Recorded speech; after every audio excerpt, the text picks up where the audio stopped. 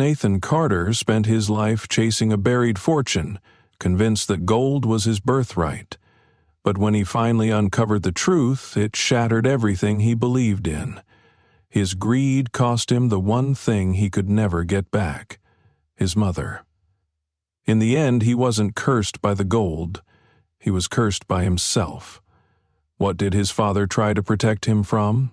And what was the real treasure all along? Where are you watching from? Let me know in the comments. Subscribe for more powerful stories. The summer air hung thick over the quiet town of Ashford, pressing down with a weight that made the wooden porches creak beneath it. Dust curled lazily along the dirt roads, stirred only by the occasional passing of a horse-drawn cart or the heavy boots of men returning from the mines. In this town, where time seemed to move at the slow crawl of the sun sinking behind the hills, there were unspoken rules. Rules about where a man could live, whom he could marry, and how far a dream could stretch before it was torn apart. Elias Carter had never been a man who followed rules. He arrived in Ashford a stranger, a white man with hands calloused from years of labor and a sharp mind that made him valuable to the mine's foreman. Unlike most of the workers who dug through the earth with picks and shovels, Elias understood the land. He could read the rock, predict the shifts in the tunnels, and see things others missed. His talents earned him a steady wage and a grudging respect, but it was not enough to shield him from the whispers when he fell in love with Lorraine. Lorraine was a woman who carried the world in her eyes, dark-skinned, graceful, and unwavering in her strength. She had been born in Ashford and knew its ways better than most. She had spent her life caring for others, patching up wounds, delivering babies, whispering prayers over the sick. The people in the black quarter of town called her a blessing. The white folks up on the hill called her something else. But Elias saw her for what she was, the only future he could imagine. Their love was not the kind written in poetry books or sung about in church choirs. It was built in stolen moments, in the quiet spaces where no one could see. It was the way Elias stood outside her porch in the evenings, listening to her hum while she folded linens. It was the way Lorraine bandaged his hands after a long day, scolding him for not taking better care of himself.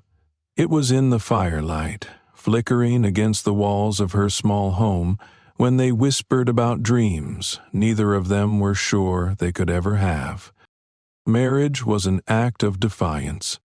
No church in town would wed them, so they stood beneath an old oak tree at the edge of the woods, their hands clasped, their vows spoken in voices only the wind carried. A few friends bore witness, but mostly it was just them. Them and the unshakable certainty that love, if nothing else, was worth the fight. Life did not make their union easy. They built their home on the outskirts, where neither the white quarter nor the black community would claim them.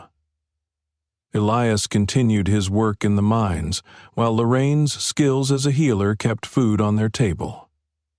They carved out a life, brick by brick, sweat by sweat, until their son, Nathan, was born. Elias wanted more for his son. He had spent too many years beneath the earth, breathing in the dust that clawed at his lungs, watching men crumble under the weight of work that gave them nothing but aching backs and early graves. He refused to let that be Nathan's future.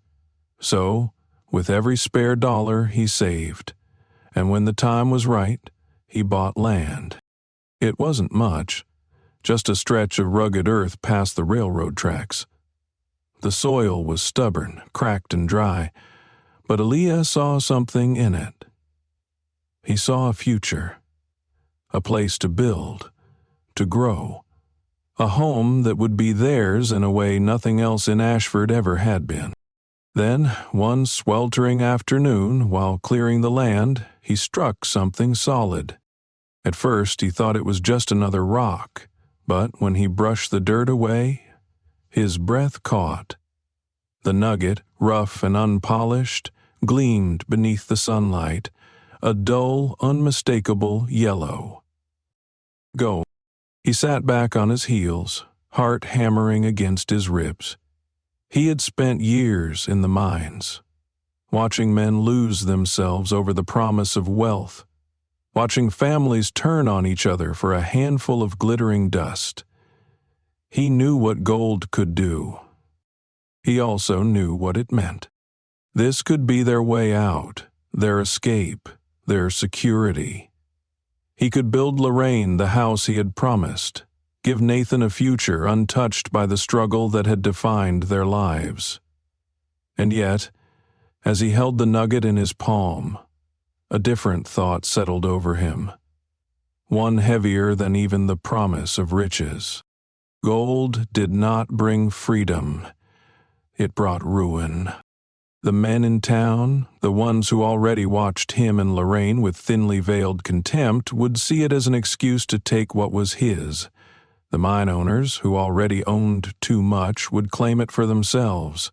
Even the people who had once called Lorraine a friend would turn greedy at the whisper of wealth. And worst of all, Nathan. Nathan was still a boy, but Elias had seen the way his son's eyes burned with a hunger that was bigger than the town, bigger than the life they lived. He wanted more, needed more, and Elias feared that if Nathan knew what lay beneath the soil, it would consume him. So, Elias made a choice. He buried the nugget back into the earth and pressed it down as if it had never existed. He told no one, not Lorraine, not his son, not even himself on the worst nights, when doubt clawed at his mind. Instead, he sat at the small wooden desk in their home, took out a sheet of paper, and wrote a letter. If you are reading this, then I am gone. And if you are still searching, my greatest fear has come true. Son, wealth is a curse if it owns you. Your birthright is not in the earth, it is in the man you choose to become. What I buried was never meant to be found. It was meant to be forgotten. He folded the paper, sealed it in an old tin box, and buried it where no one would think to look. And then he moved on. Years passed, and Elias kept his promise. The land remained untouched, and he never once spoke of what he had found. Nathan grew under the roof of a home built on love, not fortune. And though life was not always easy, it was theirs. But secrets, no matter how deeply buried, have a way of rising. And as time edged forward, as Nathan's restless spirit pulled him toward something he could not yet name, as fate prepared to unravel the choices that had been made, Elias knew, in the quiet corners of his mind, that one day the ground would break open, and the cost of what lay beneath would come due. Nathan Carter had always been a restless child. From the moment he could walk, he was moving, climbing fences, chasing shadows through the fields, pressing his small hands into the dirt as if he could will the earth to give up its secrets. There was something in him that refused to settle, a hunger that even he didn't understand. As a boy, he would sit on the porch steps in the thick of summer, watching his father's broad back as Elias worked the land. He watched the way his father's hands, rough from years of labor, gripped the wooden handle of a shovel with the kind of quiet determination Nathan didn't yet have a name for. The land belonged to them, Elias always said, but Nathan didn't understand why they never did anything with it. The soil remained untouched, the promise of something more lingering, like a whisper in the air. One afternoon, when Nathan was 10, he found himself wandering the edges of their property. The heat was merciless. The cicadas singing in the trees, their buzzing a relentless hum that filled the empty spaces between his thoughts. His mother had sent him to fetch water from the well, but his feet carried him elsewhere, to the farthest stretch of their land, where the ground was harder, less forgiving. It was there, by sheer accident, that he found the first clue. Nathan had never paid much attention to the patterns of the land, but something about the way the dirt was packed struck him as unnatural. There was no grass here, no roots twisting through the soil, just a patch of earth that looked as though it had been disturbed long ago and never quite settled. Curiosity burned in his chest. He knelt, pressing his fingers into the warm dirt, and began to dig. The earth crumbled beneath his touch, soft and yielding. He didn't know what he expected to find, maybe a buried tool, a forgotten trinket left behind by some wandering traveler. But the deeper he dug, the more he became convinced that whatever was beneath this soil wasn't meant to be found. Before he could reach anything of substance, his father's voice rang out behind him. "Nathan!" The sharpness of it made him freeze. He turned slowly, his hand still buried in the dirt, and found his father standing a few yards away, his expression unreadable. Elias's face was streaked with sweat, his shirt clinging to his frame from the day's work, but his eyes were dark, shadowed with something Nathan didn't recognize. "What are you doing?" Elias asked, his voice tight. Nathan swallowed, his heart hammering in his chest. "Just digging." His father strode forward, and before Nathan could react, Elias grabbed him by the arm and pulled him up, his grip firm but not cruel. Without a word, Elias used his boot to push the loose dirt back into place, smoothing it over as if nothing had ever been disturbed. Nathan had never seen his father afraid before, but there was something close to fear in the way Elias's hands moved. Quick, deliberate, like a man hiding something he couldn't afford to lose. "You listen to me, son," Elias said, his voice low. "You don't dig here, not ever. You hear me?" Nathan's throat felt dry. He wanted to ask why, wanted to demand answers, but something in his father's tone made the words stick to his tongue. So he only nodded. Elias held his gaze for a long moment, then exhaled heavily and placed a hand on Nathan's shoulder, his grip steady. "Some things are best left where they are," he murmured almost to himself. "You understand?" Nathan didn't. Not really. But he nodded again. That night, as he lay in bed staring up at the ceiling, the hunger in his chest grew sharper. His father had never been a man of secrets, but there was one buried in their land, and Nathan had every intention of finding out what it was. Years passed, but the memory of that day never faded. Nathan grew taller, stronger.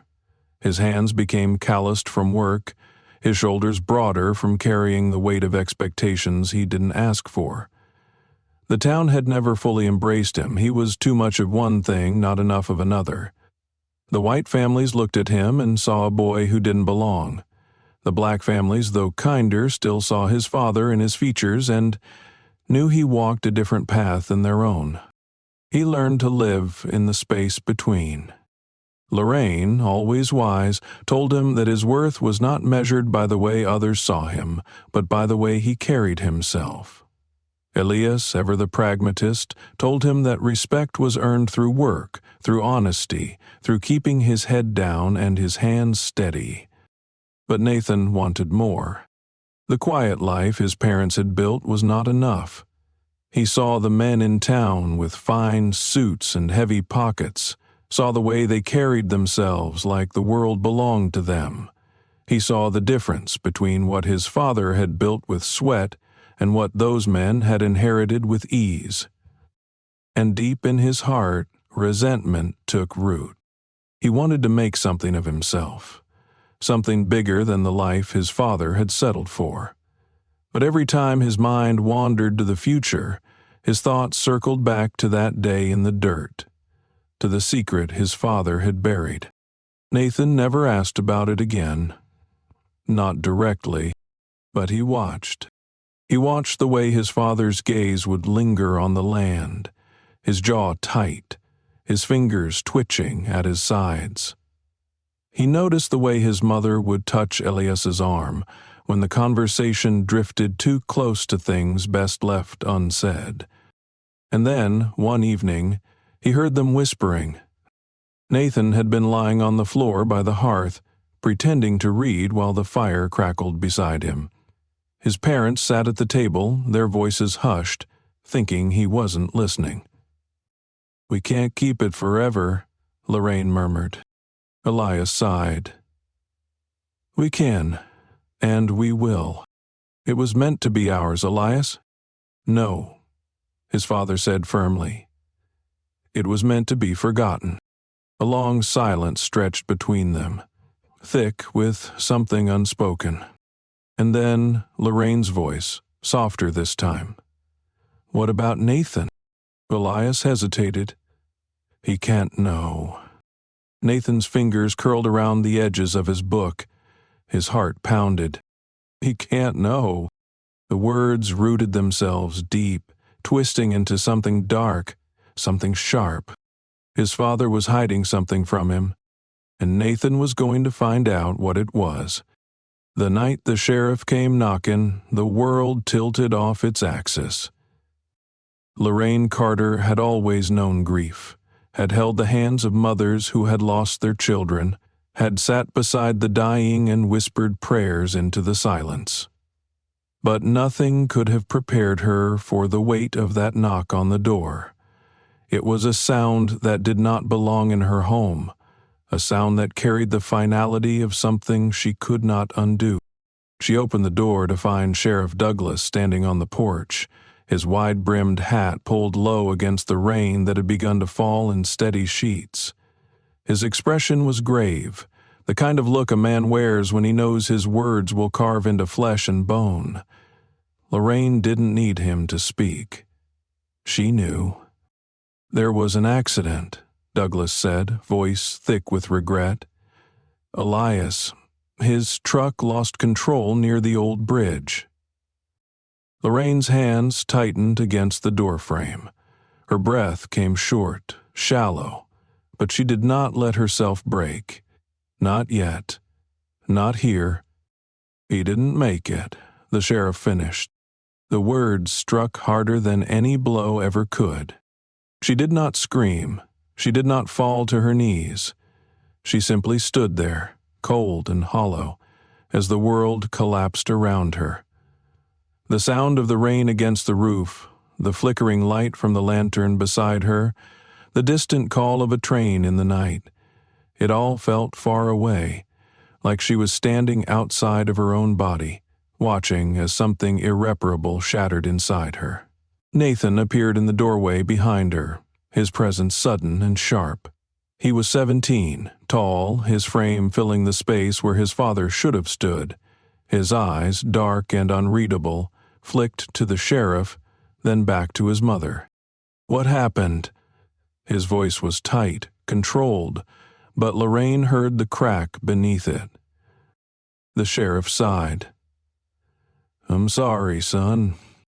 Nathan didn't move, didn't speak, just stood there, fists clenched at his sides, as if willing himself not to react.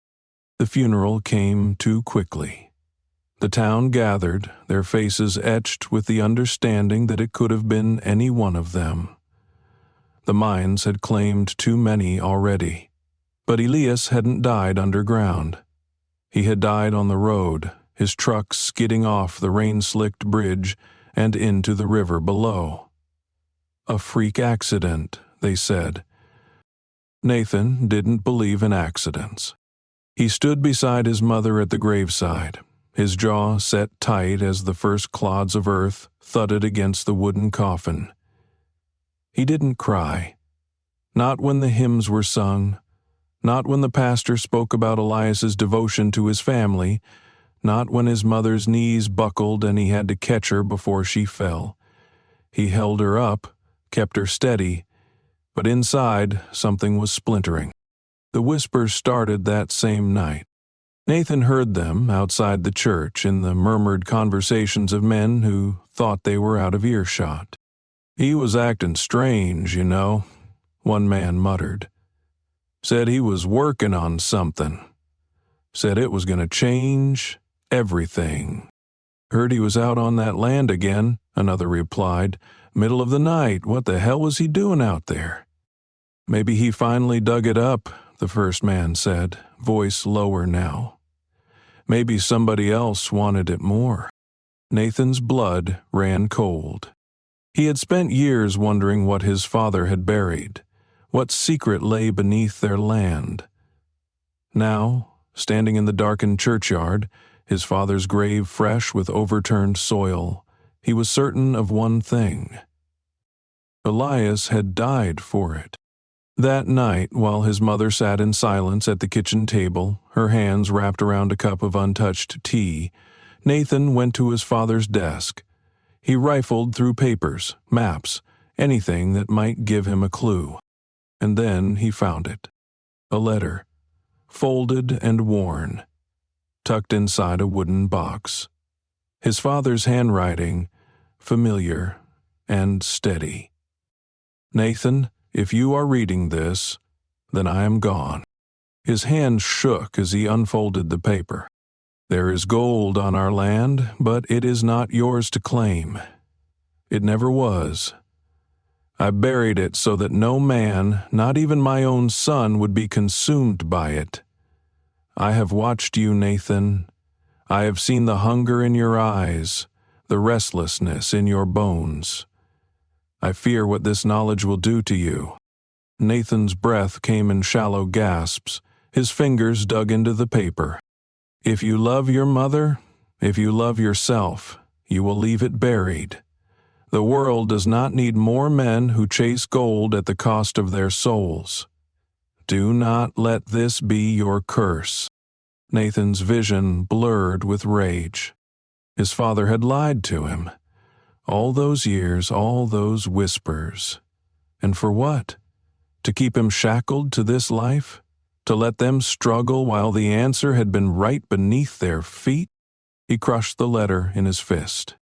His father was dead, and the secret no longer belonged to him. Nathan would find the gold, and he would take what was his. Nathan waited until the house was silent. His mother had finally gone to bed, though he doubted she was sleeping. She had barely spoken since the funeral, her grief pulling her further into herself with each passing day. It left the house feeling hollow, as if Elias had taken all the warmth with him when he died. Nathan didn't feel grief the way his mother did. He felt anger. His father had lied to him, had spent his whole life preaching about hard work, about building something real, while all along he had been sitting on a fortune he refused to claim. A curse, his father had called it, a burden, but Nathan didn't see it that way. Gold wasn't a curse.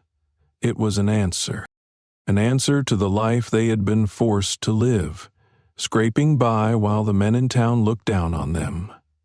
An answer to the sideways glances, the muttered words behind their backs.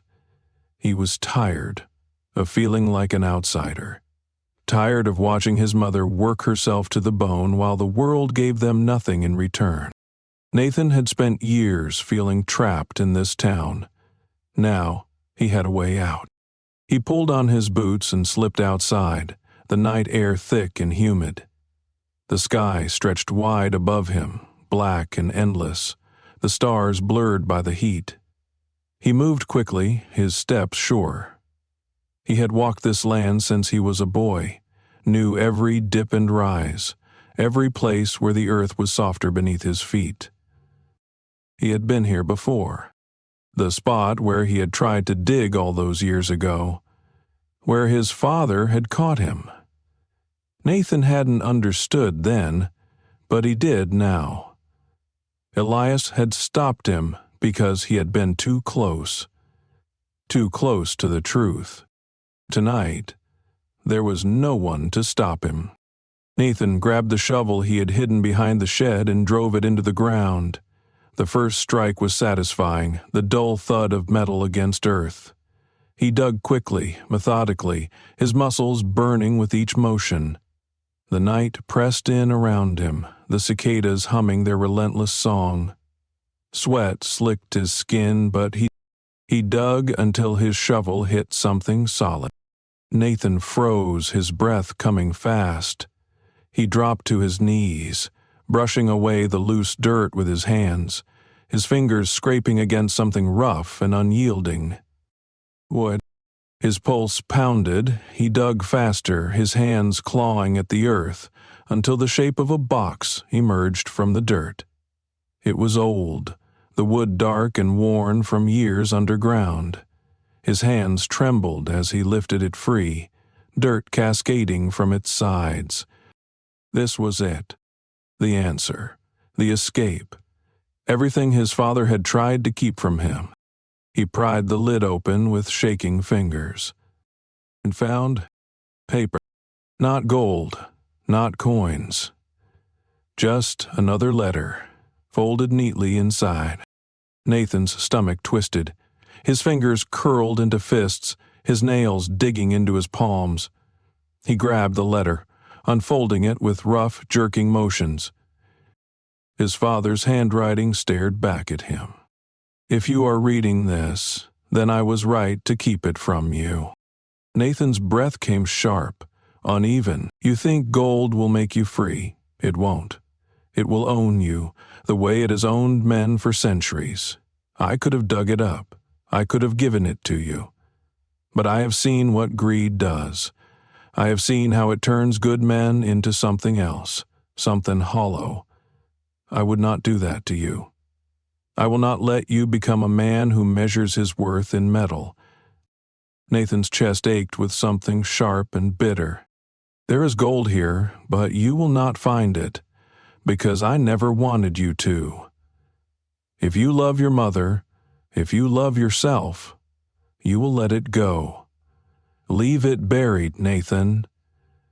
Bury it in your heart, and choose something better. Nathan stared at the letter, his father's words swimming before his eyes. Then, with a sound that was half a curse, half a broken breath, he crushed the paper in his fist and threw it into the dirt. His father had planned this, had known he would come looking, had left him this lesson instead of what he deserved, instead of what was his. Nathan grabbed the box, yanking it out of the ground, hurling it aside. He wasn't leaving without answers. He wasn't leaving with nothing. He kept digging. He dug until his arms ached, until his fingers bled, until the sky began to lighten on the horizon. He dug until the first hints of dawn painted the land in soft, bruised colors. And still, he found nothing. No gold, no fortune, just dirt, just dust. Just his father's voice in his head, whispering words he refused to hear. Nathan sat back on his heels, chest heaving, his body trembling with exhaustion and fury. His father had won. Again.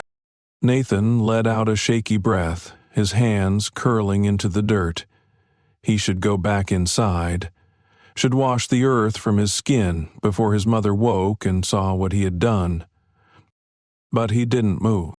Instead, he stared at the ground, at the hole he had made, and felt something crack inside him. He had spent his whole life searching for something more, and now, with the truth laid bare before him, he felt further away from it than ever. His father had taken the choice from him. But he wasn't finished yet. Nathan clenched his jaw. If Elias thought he could bury the truth forever, he was wrong. Nathan would find the gold, no matter what it cost. Nathan Carter had always believed he knew his mother, knew her strength, her patience, the way she could hold a family together even when the world tried to tear them apart. But now, as he sat across from her at the small wooden table, watching the way her fingers trembled against the rim of her teacup, he realized there were cracks in her that he had never noticed before. She was slipping.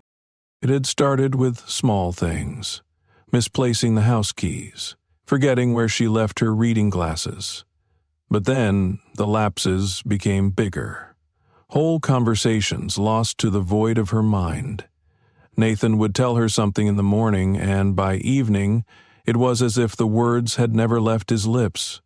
She had always been sharp, always the one who remembered the birthdays, the bills, the quiet details of life that others overlooked. But now, she sometimes looked at him like she didn't know him. That was when the fear crept in. Not for her, for himself.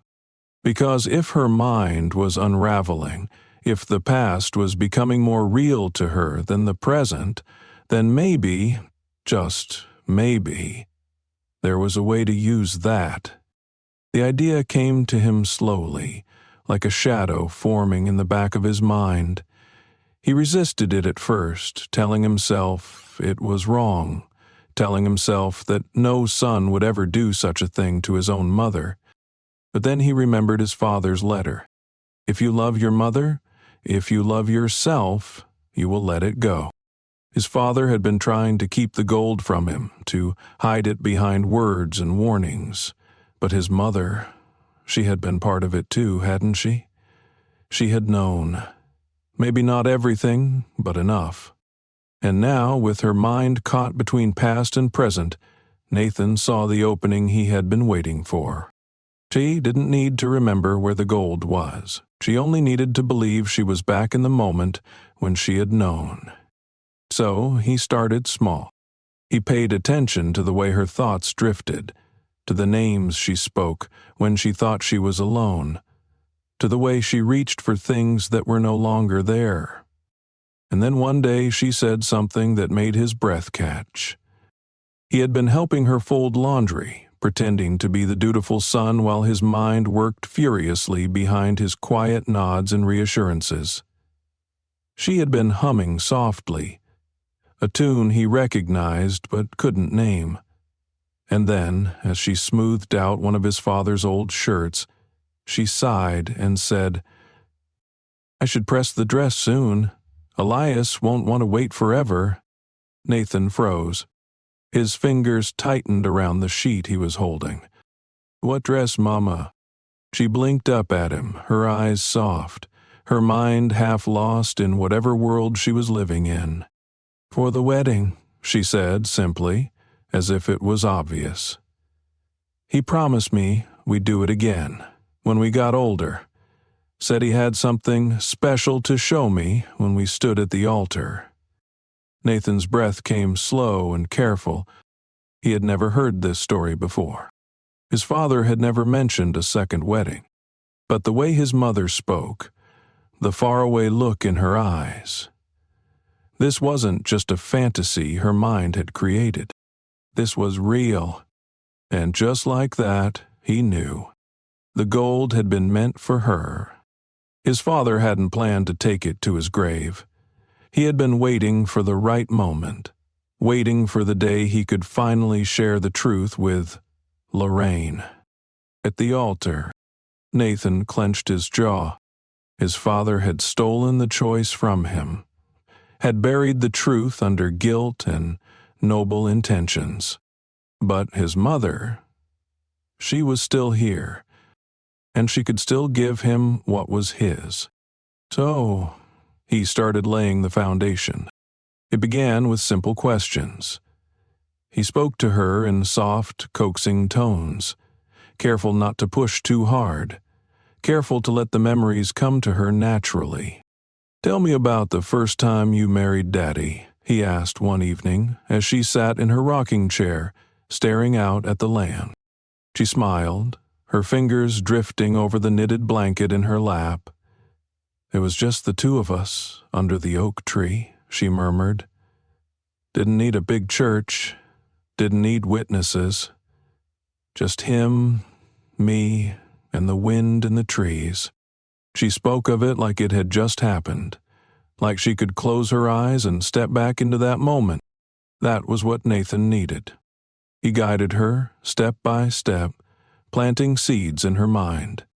And then, one night, when the sky was dark and the air thick with the scent of oncoming rain, he made his move. "Mama," he said gently, kneeling beside her chair, "do you remember what Daddy promised you?" She looked at him, her gaze unfocused, caught somewhere between past and present. "The wedding," she whispered. "He said we'd do it again." Nathan reached for her hand, his grip warm, reassuring. "Still wants to," he said. "He's waiting for you, Mama. He hasn't forgotten." Her eyes shimmered. No, Nathan murmured. "But he needs you to be ready. He needs you to remember what he was going to show you at the altar." Lorraine frowned slightly, her brows drawing together as if the thought was just out of reach. Nathan squeezed her hand. "Close your eyes," he urged. "Think about that day. Think about Daddy standing there, waiting for you. What did he say, Mama? What was he going to show you?" She inhaled softly, her lips parting, a flicker of something old and buried rising to the surface. Nathan held his breath. Then, just as suddenly, the moment was gone. Her eyes fluttered open and she shook her head. "I don't." She looked at him, confused.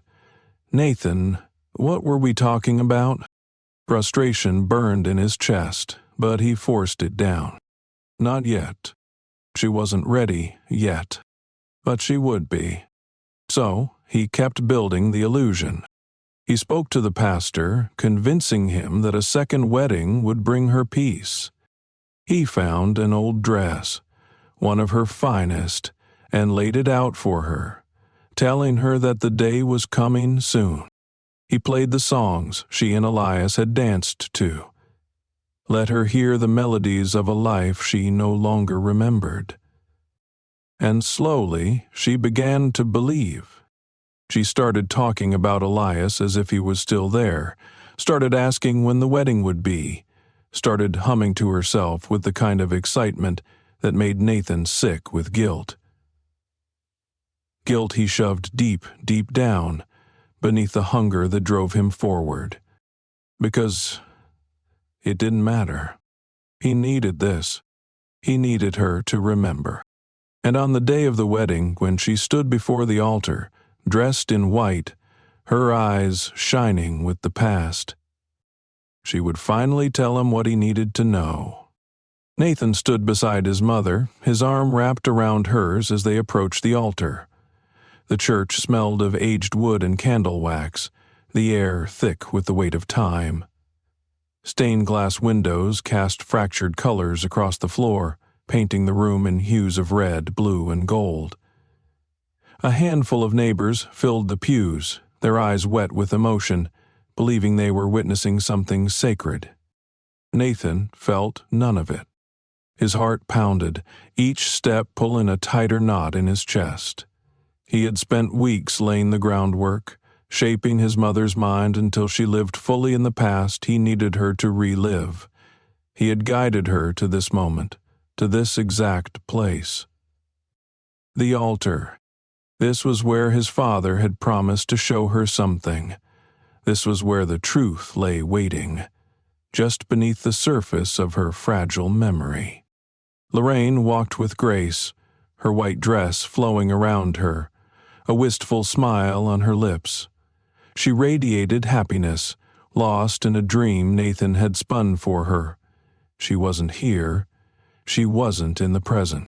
She was stepping into a memory. Nathan squeezed her hand. "Hold on to it, Mama. Just a little longer." The pastor cleared his throat, his voice thick with reverence. "We gather here today," he began, "to witness a love that transcends time, a bond that cannot be broken by years or distance. Lorraine, Elias waits for you at the altar, just as he always has." Nathan's mother inhaled sharply, her fingers twitching against his.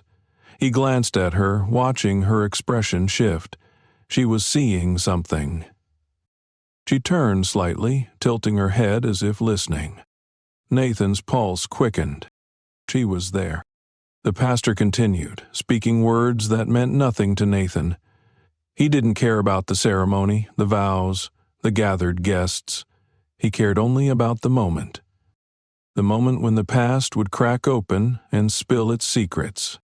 Nathan barely registered when the pastor turned to him. "And Nathan, as you stand witness to this vow of everlasting love, do you pledge your heart to carry their legacy?" He nodded automatically. "I do." Then Lorraine turned to him. Her gaze softened, full of something impossibly tender, unbearably knowing. She reached out, her fingers brushing his cheek, and Nathan felt something inside him still. "Oh, sweetheart," she whispered, "you never had to do this for me." His throat closed. "What?" She smiled, the kind of smile a mother gives when she has always known more than she let on. "You wanted his secret," she murmured. "I know. I've always known." Nathan's breath came sharp and uneven. His body went rigid. The church, the guests, the pastor, all of it faded. There was only her voice.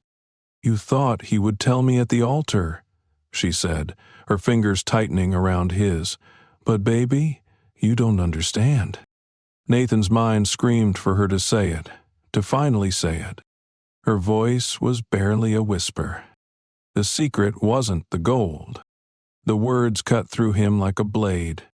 Nathan's body went cold, his vision blurred. No, that couldn't be right. She smiled again, her eyes shimmering with tears. "It was you." The breath tore from his lungs in a shuddering gasp. His mother kept speaking, but Nathan barely heard her. "He didn't hide the gold to keep it from you," she said gently. "He kept it to protect you from what it could make you. The only treasure he ever wanted you to have was the man he knew you could be." Nathan staggered back a step, his chest hollowing out. This wasn't the truth. This couldn't be the truth. It wasn't supposed to be some lesson. It wasn't supposed to be about him. The gold was real. It had to be real. His mother's fingers trembled against his. "Oh, baby," she whispered, her voice full of so much love it hurt.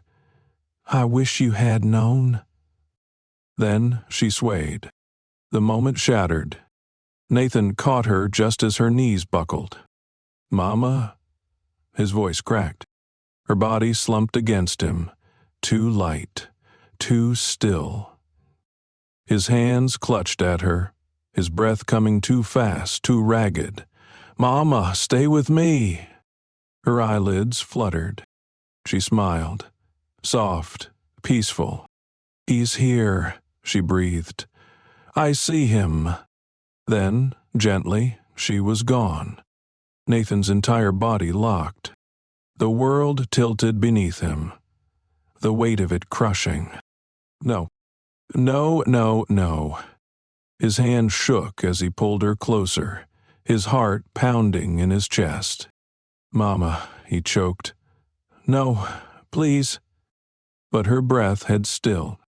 Her hands, so warm just moments ago, were growing cold. The church was silent. The guests sat frozen, the air thick with something too heavy to name.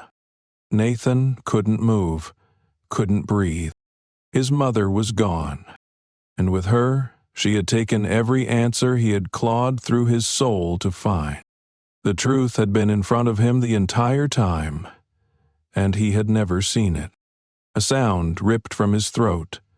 Not a word, not a cry, but something broken, something ruined. The weight of his deception crashed over him, suffocating. He had lied. He had manipulated her. And for what? For nothing. For a treasure that had never existed. The gold had never been the secret. He had spent his life chasing ghosts in the dirt, while the only thing that had ever truly mattered had been slipping through his fingers. And now he had lost her. His arms tightened around her, his head bowing over her still form. He had thought he was strong, thought he was smart, thought he had won, but he had never won, not once. And now, in the silence of the church, beneath the colored light of the stained glass, he understood what his father had meant. He had not been cursed by the gold. He had been cursed by himself. Nathan didn't remember how long he stayed there, kneeling on the cold church floor with his mother's body cradled in his arms. Time had unraveled into something shapeless, something vast and empty. The world around him had grown silent, the weight of the moment pressing against his chest until it felt like he could not breathe. Somewhere in the distance the pastor spoke. Someone touched his shoulder, their fingers hesitant, gentle. Nathan flinched away from it, from them. He didn't want their pity, didn't want their whispered prayers or their sorrowful looks. He wanted to go back to before he had set this in motion, before he had twisted his mother's memories to serve his greed, before he had looked at her not as his mother, but as a key to a treasure that had never been his to claim. But time did not move backward, and now she was gone. Someone was speaking his name. The voice was quiet but firm, steady in the stillness of the room. "Nathan," the pastor said, "let her go, son." Nathan shook his head, his grip tightening around his mother's frail form. "No." The word came hoarse, choked. His throat burned, his chest hollow. Not yet, just not yet. But the world did not wait. The hands on him became firmer, more insistent, and he felt her being lifted from his grasp, felt the warmth of her against his skin slip away. He reached for her even as they took her, his fingers curling into empty air. Then she was gone. The room blurred. The walls seemed too close, the air too thin. He pressed his hands to his face, trying to stop the shaking, but his body would not obey him. His breath came sharp and uneven, his ribs aching from the force of it. He had done this. He had done this. And now there was no taking it back. A whisper passed through the gathered crowd, a murmur of disbelief, of sorrow. He could hear them, their voices threading through the silence like knives. His own mother. What kind of man does that? The poor woman, tricked by her own son. Nathan squeezed his eyes shut. Their words sliced into him, each one cutting deeper than the last, but the worst of it was that they were right. He had lied to her, used her love, her trust, and twisted it into something monstrous. And for what? There was no gold, no treasure, only this, only the ruin he had made of himself. The pastor knelt beside him, his face lined with sorrow and something heavier, disappointment. "You lost more than gold today, Nathan," he said quietly. "You lost the only treasure that ever mattered." Nathan's breath hitched. He turned his face away, unable to meet the man's gaze. I thought she would tell me," he whispered, his voice barely a breath. The pastor studied him for a long moment, then sighed. "You already knew the truth. You just refused to see it." Nathan let out a shuddering breath. He wanted to argue, to defend himself, but what was there left to say? He had built his whole life around a lie, chasing shadows in the dirt, and in the end, he had torn apart the only thing that had ever truly been his. His family, his mother, himself. The church emptied slowly. The weight of what had happened clung to the air, a stain that could not be washed away. Nathan remained on the floor long after the last person had gone, staring at the wooden planks beneath him, the same floor where he had once stood beside his mother, believing he would finally have what was his.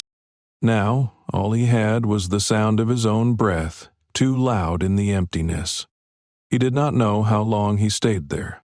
When he finally moved, it was not with any great purpose or plan.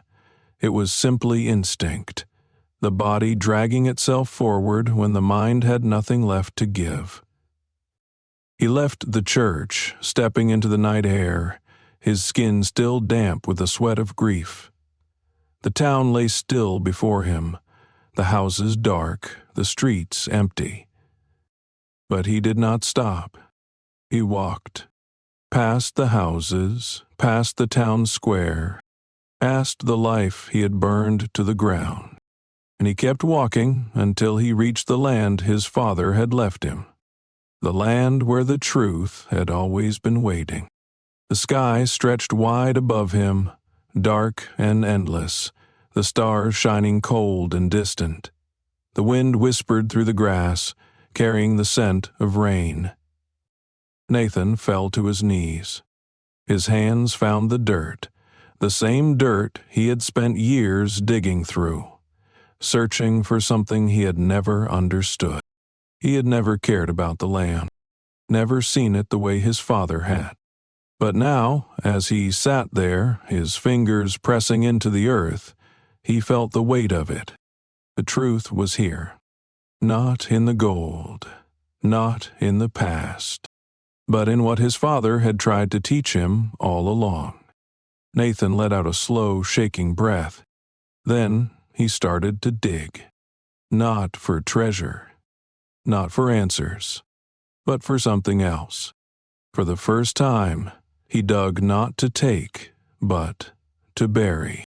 And as the wind howled through the fields, as the night stretched long and endless around him, he finally understood. Nathan spent the entire night on his knees, hands buried in the dirt. But this time, he wasn't searching for anything. He wasn't trying to dig up secrets or ghosts or fortune. He was burying the last pieces of himself. The land was soft beneath his fingers, damp from the rain that had come earlier in the evening. The wind carried the scent of wet earth, of pine and grass, of something old and endless. The same land his father had worked, the same land his mother had walked, the same land he had spent his life resenting. Now it was the only thing left tethering him to something real. The first light of dawn crept over the horizon, painting the sky in muted oranges and purples, soft against the sharp edges of his grief. His muscles ached from exhaustion, from hours spent moving dirt, from the weight of everything pressing against his bones. He sat back, breath unsteady, and looked down at his hands. They were raw, caked in mud, shaking slightly from the cold that had settled into his limbs. But the letter was gone, the letter his father had written, the last words of a man who had tried to protect him from himself. Buried. Nathan hadn't been able to burn it, hadn't been able to tear it apart. Even after everything, after all the ways he had cursed his father's name, he couldn't bring himself to destroy it. So he buried it. Not because he wanted to forget, but because he needed to remember. The words would stay in the ground where they had always belonged. But the lesson would stay with him. The weight in his chest hadn't lessened, but something had shifted. The hunger that had driven him, that insatiable need for more, had dulled into something quieter. He had spent his whole life believing that the gold was his birthright, that it was the key to everything he had ever wanted. But now, as he sat in the dirt, in the silence, he finally understood the truth. His father had never buried the gold to hide it from him. He had buried it to save him. Because if Nathan had found it years ago, if he had held those glittering pieces of metal in his hands, it would have owned him. It would have devoured him, and he would have lost everything. His mother, his soul, himself. But he had lost them anyway, hadn't he? Nathan swallowed hard, his throat tight. He wasn't sure how long he sat there, knees pressed into the dirt, eyes fixed on the grave of his past. The sound of footsteps pulled him from his thoughts. They were slow, deliberate. Nathan didn't look up. "I thought I might find you here." The voice was rough with age, steady in a way that made Nathan's stomach twist. He didn't have to turn around to know it was the pastor. Nathan let out a slow breath. "Shouldn't you be at the church?" His voice was hoarse, barely more than a rasp. The pastor walked closer, boots scuffing against the damp soil. "Church ain't just a building," he said. "Sometimes it's wherever a lost soul needs to be." Nathan let out a bitter laugh, shaking his head. "So, you think I can be saved then?" The pastor didn't answer right away. Instead, he stepped up beside Nathan, looking down at the freshly turned earth. "That depends," he said finally. "Do you think you can?" Nathan swallowed against the ache in his chest. He had spent his life chasing something he didn't understand, believing that if he could just find it, he would finally be whole. But he had already found it, and it had cost him everything. "I don't know," he admitted, voice quiet. The pastor nodded as if that was answer enough.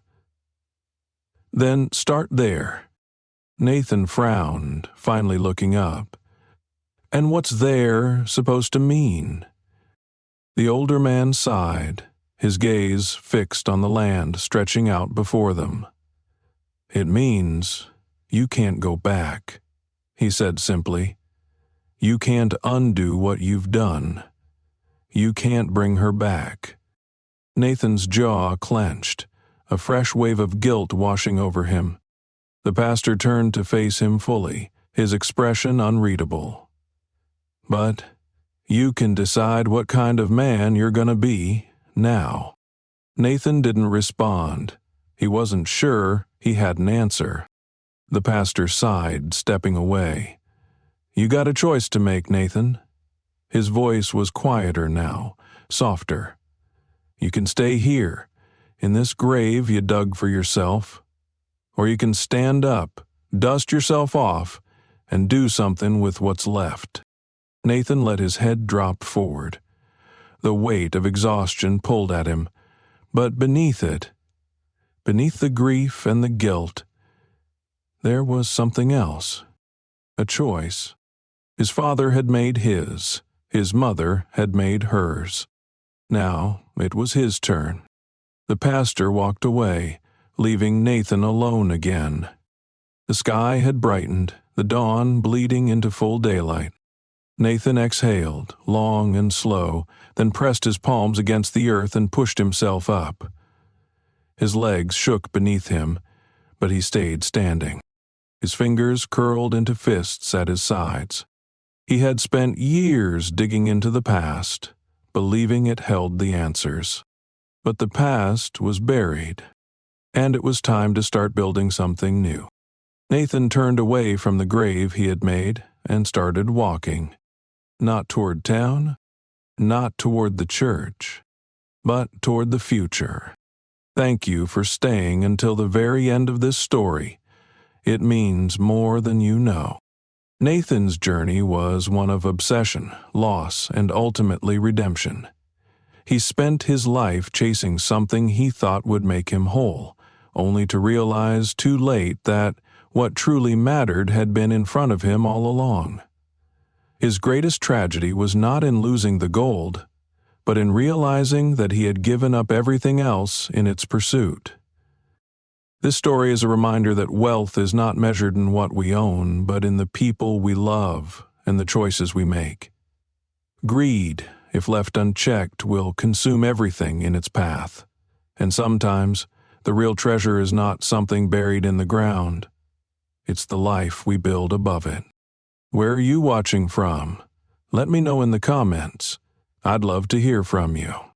And if you enjoyed this story, make sure to subscribe to the channel so you never miss another one. We have many more powerful, thought-provoking tales coming your way. Thank you for being here. Stay curious, stay thoughtful, and I'll see you in the next video.